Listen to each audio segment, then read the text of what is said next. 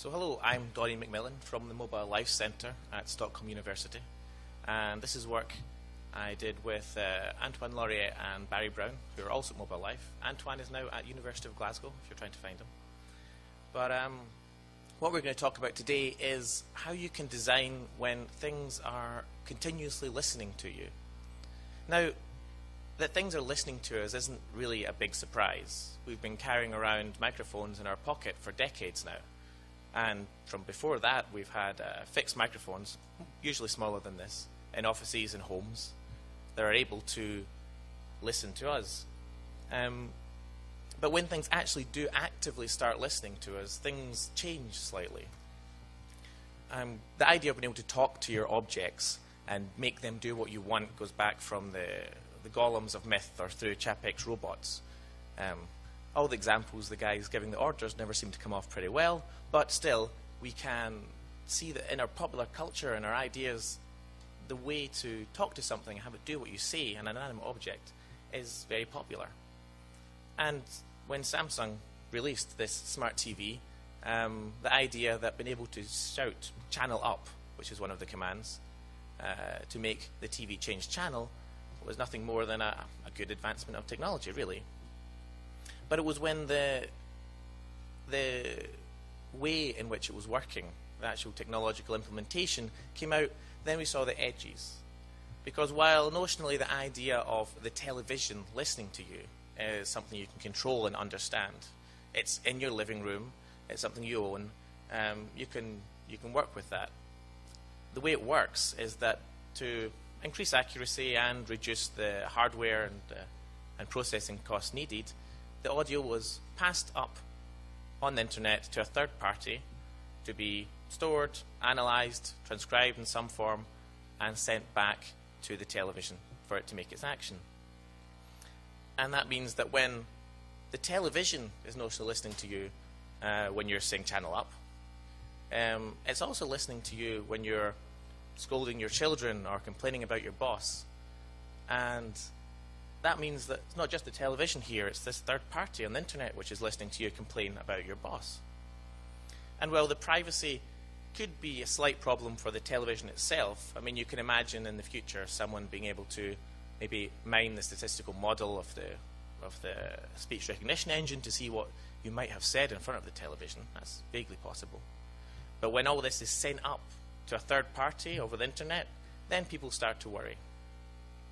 And it's not just televisions. I mean, Mattel ran into the same problem when they released their Hello Barbie, or announced the Hello Barbie.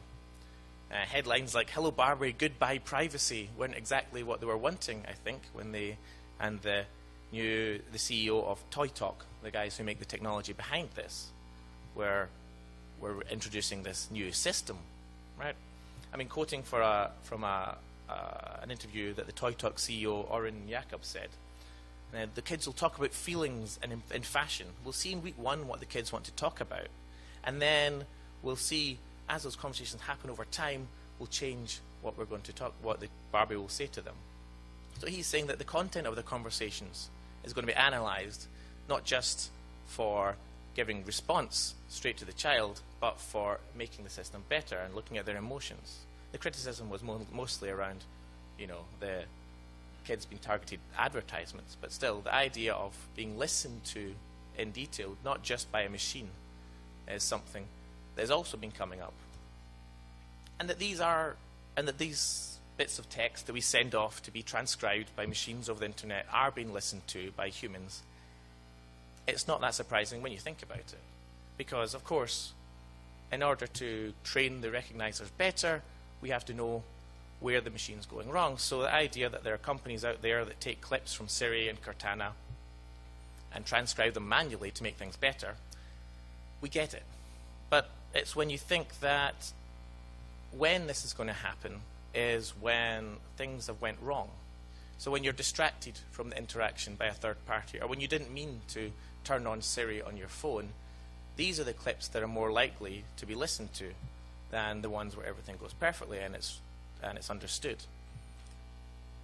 And while you can assume some sort of cursory privacy protections in these things, you're hoping that the speech being sent off isn't going to be listened to by someone you know and it's going to be anonymized.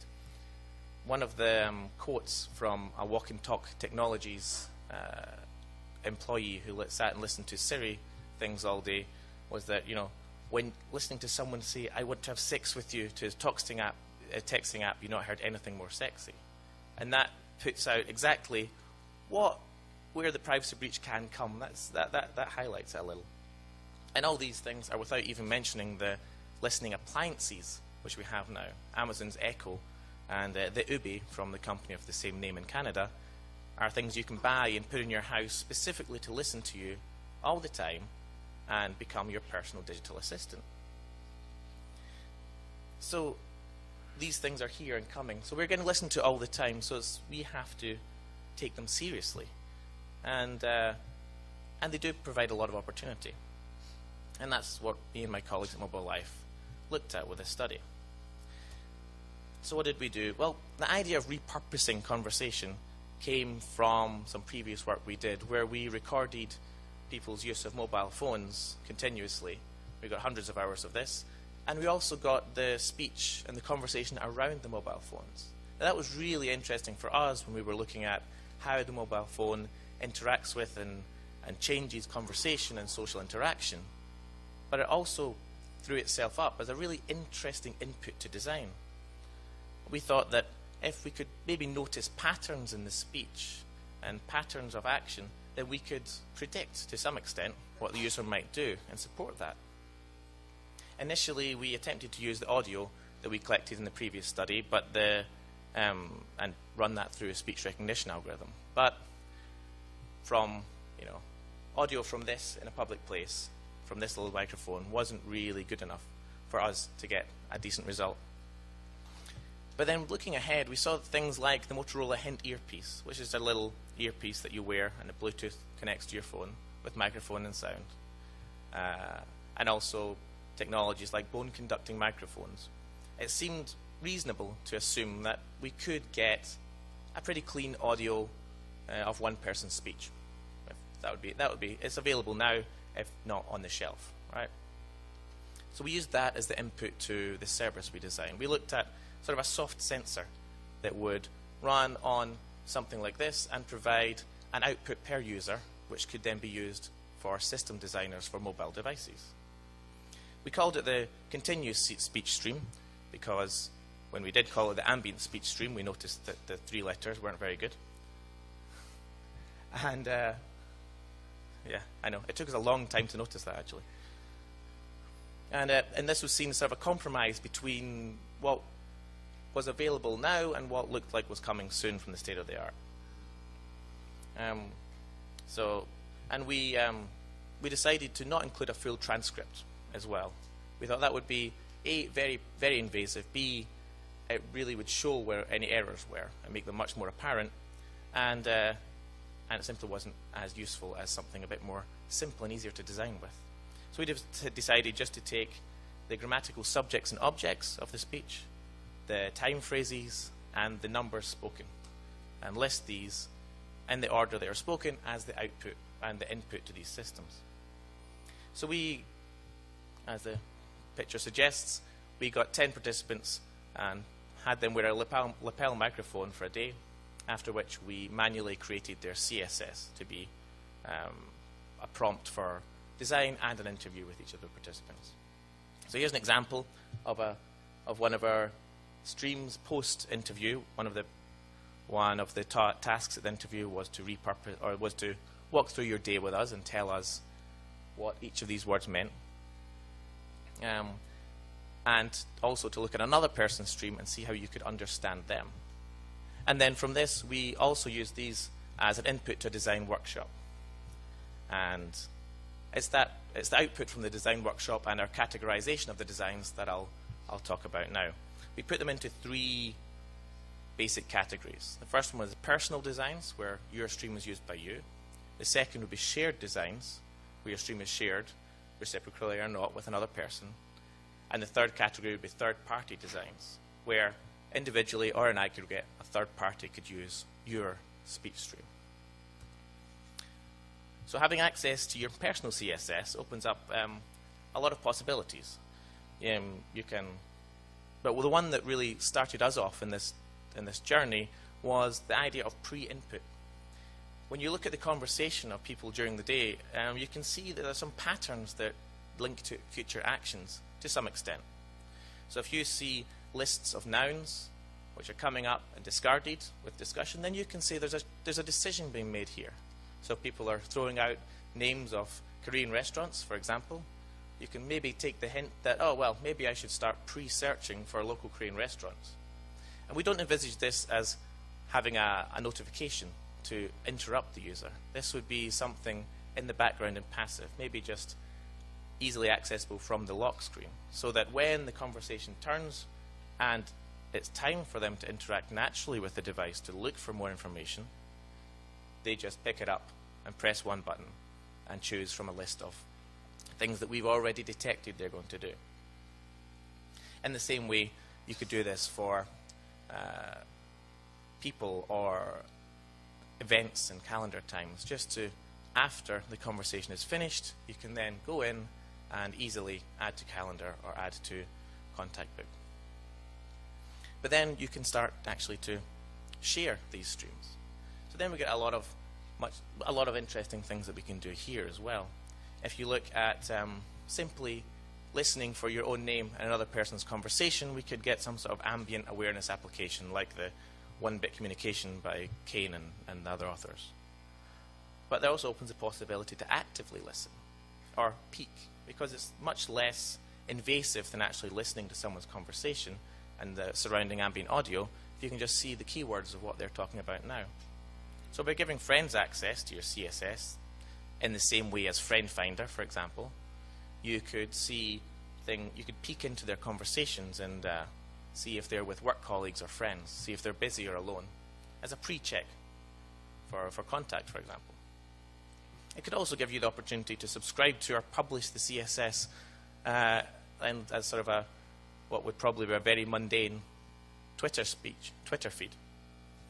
But some people in our interviews would quite like to listen to everything their celebrities said. So there's an opportunity there. And the final thing I'll talk about is what happens when you allow third parties access to this. Now, as a byproduct of using the first person or second person products, you would have a huge list of fairly real-time access to what people are talking about during the day. And putting aside the huge scary privacy implications of getting access to that to third parties, you can do some interesting things. One thing that we thought would be quite interesting was the idea of a talk-through. Now, pay-per-click and pay-per-view are standard ad metrics now, but if you can track, as I'm sure many large search companies do, when an ad is shown to somebody, and then you can check their stream to see if the keywords or the topic comes up in conversation for that person during the day, then you have another metric, a talk-through, which shows that the ad has gone beyond being clicked on or being seen, but it's actually entered their dialogue and conversation, and possibly had a bigger impact on what their future plans are. Another option would be, as it's election season in the UK and coming up for that in the US, you can imagine a system to support pollers and politicians.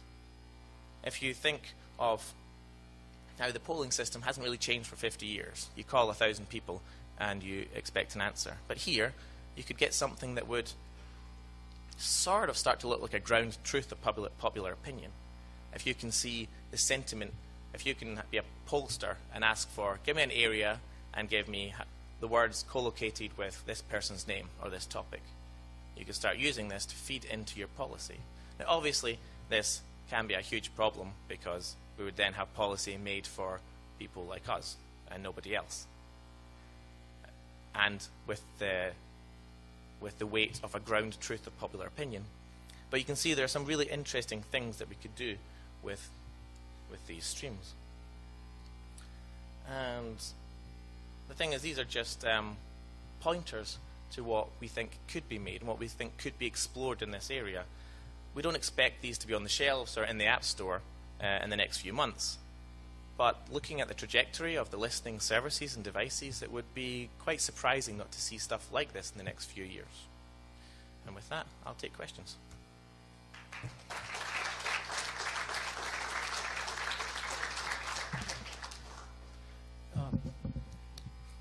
Nikhil Sharma, Google. You started the talk with concerns about privacy, very valid concerns, and you presented some design ideas of how CSS can be used. Can you say something about what you learned about privacy concern from these people? Because did they mention any of these? So can you close this loop? No, I can try. Yes, privacy was something that our participants were concerned with. We have the interview details in the paper, but they were looking, I mean, the first thing they worried about was looking stupid.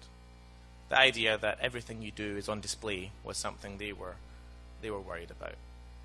And then again, on going over their topic, there was lots of explanation of, oh, well, porn? I must have been making a joke about something, and just to push back. But I think that inherent in the design, I think, is this idea that it's quite ambiguous and quite far from a full transcript. So we're hoping that would come some way towards fixing the privacy concerns. But I agree, this is a hugely invasive type of system to develop. We have time for at least one more question.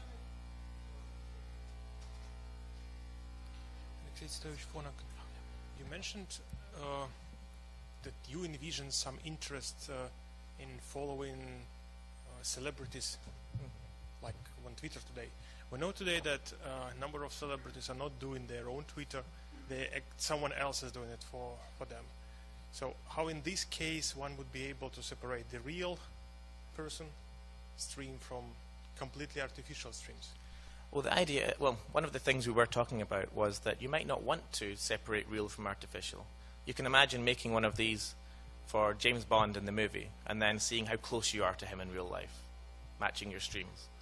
So, but yes, I mean, of course, these things, there should be curation tools, not just for privacy, but for anything that you can publish. So, yeah, you will never know. It's probably going to be the intern.